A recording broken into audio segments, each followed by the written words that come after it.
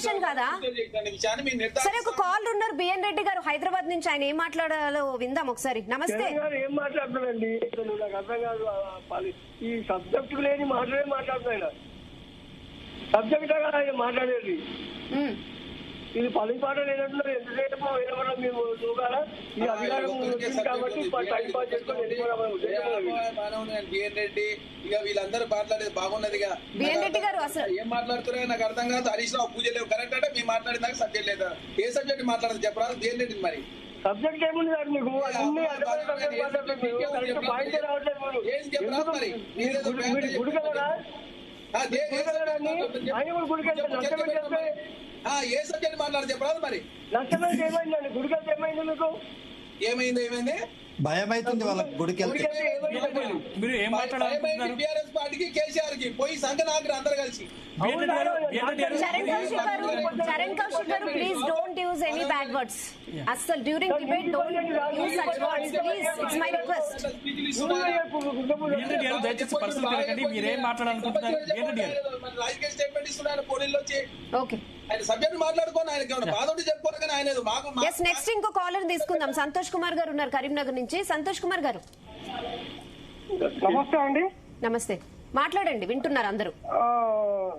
ఏంటండి ఇవి ఇన్ని రోజులు రైతుల గురించి మాట్లాడారు, జనాల అభిప్రాయాల గురించి, బాధల గురించి, అన్నిటి గురించి మాట్లాడారు. ఈ చెత్త ప్రోగ్రామ్ చెత్త పెట్టి అనవసరంగా పబ్లిక్ సఫర్ అవుతారు. పబ్లిక్ ఇష్యూల మీద మాట్లాడకుండా హరీష్ రావు ఆ పూజలు చేసుకుంటేంది, ఈ పూజలు చేసుకుంటేంది, ఏ పూజలు చేసుకుంటేంది, నీకేమన్నా పోయేది ఉందా, వచ్చేది ఉందా? ఎందుకని అంత వదులుతున్నావు నువ్వు?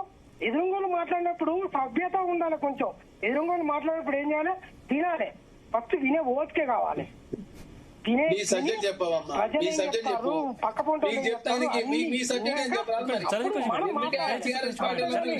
మాట్లాడుతా అంటే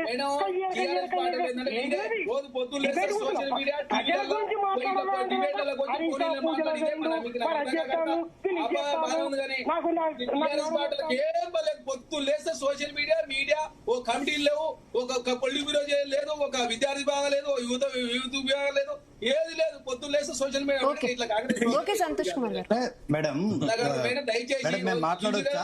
మమ్మల్ని మాట్లాడినివ్వండి. చరణ్ కౌశిక్ ని ఆపండి. చెప్పాలనుకుంటున్నారు, ఒక్క నిమిషం. చరణ్ కౌశిక్ గారు చరణ్ కౌశిక్ గారే మాట్లాడారు. చరణ్ కౌశిక్ గారు ఒక్క నిమిషం. ఎవరిని మాట్లాడేవారా? చరణ్ గారు కాదు మేడం. చరణ్ కౌశిక్ అంటే అవకాశం ఇవ్వాలి. ఏమంటున్నా? అరే మాట్లాడినవాడిని చరణ్ గారు. చరణ్ కౌశిక్ గారు ప్లీజ్ ఒక్క నిమిషం. చరణ్ కౌశిక్ గారు ఒక్క నిమిషం. నేను ఏమంటున్నా మేడం, చరణ్ కౌశిక్ అనేటువంటి వ్యక్తి ఒక ఉస్మానియా యూనివర్సిటీ నుంచి వెళ్ళిండు, చదువుకున్నాడు, డాక్టరేట్ ఉన్నాడు. తెలంగాణ సమాజం మీద, సైన్స్ మీద ఈ విజ్ఞానవంతుడిగా మాట్లాడతారని మేము అనుకున్నాం. ఇంత దిగజారుడు మరి వాళ్ళంటే మీరు కూడా అట్లా మాట్లాడమేంది చరణ్ గారు? నాకు అర్థం కాదు. ఎట్లా మీరు బిలీవ్ చేస్తున్నారా? ఇవాళ ఈ దేశంలో ఉన్నటువంటి దేవుడి గుళ్ళల్లో క్షుద్ర పూజలను పెంచి పోషించాలని మీరు ప్రమోట్ చేస్తున్నారా? ఎవరికి పనికొచ్చేది క్షుద్ర పూజలు? ఎవరికి పనికొస్తుందండి మంత్రాలు, తంత్రాలు? ఈ పనికి మళ్ళీ ఎవరు ఎందుకు పెట్టుకున్నారు? ప్రజా సమస్యలు పరిష్కరించండి. మీరు ఒక దిక్కుమాలిన డిక్లరేషన్ ఇచ్చిండండి. ఎవరి కోసం ఇచ్చారండి డిక్లరేషన్లు? నీ కుర్చీ రాగానే డిక్లరేషన్లు మర్చిపోయిండ్రు, ప్రజల్ని మర్చిపోయిండ్రు, రైతుల్ని మర్చిపోయిండ్రు.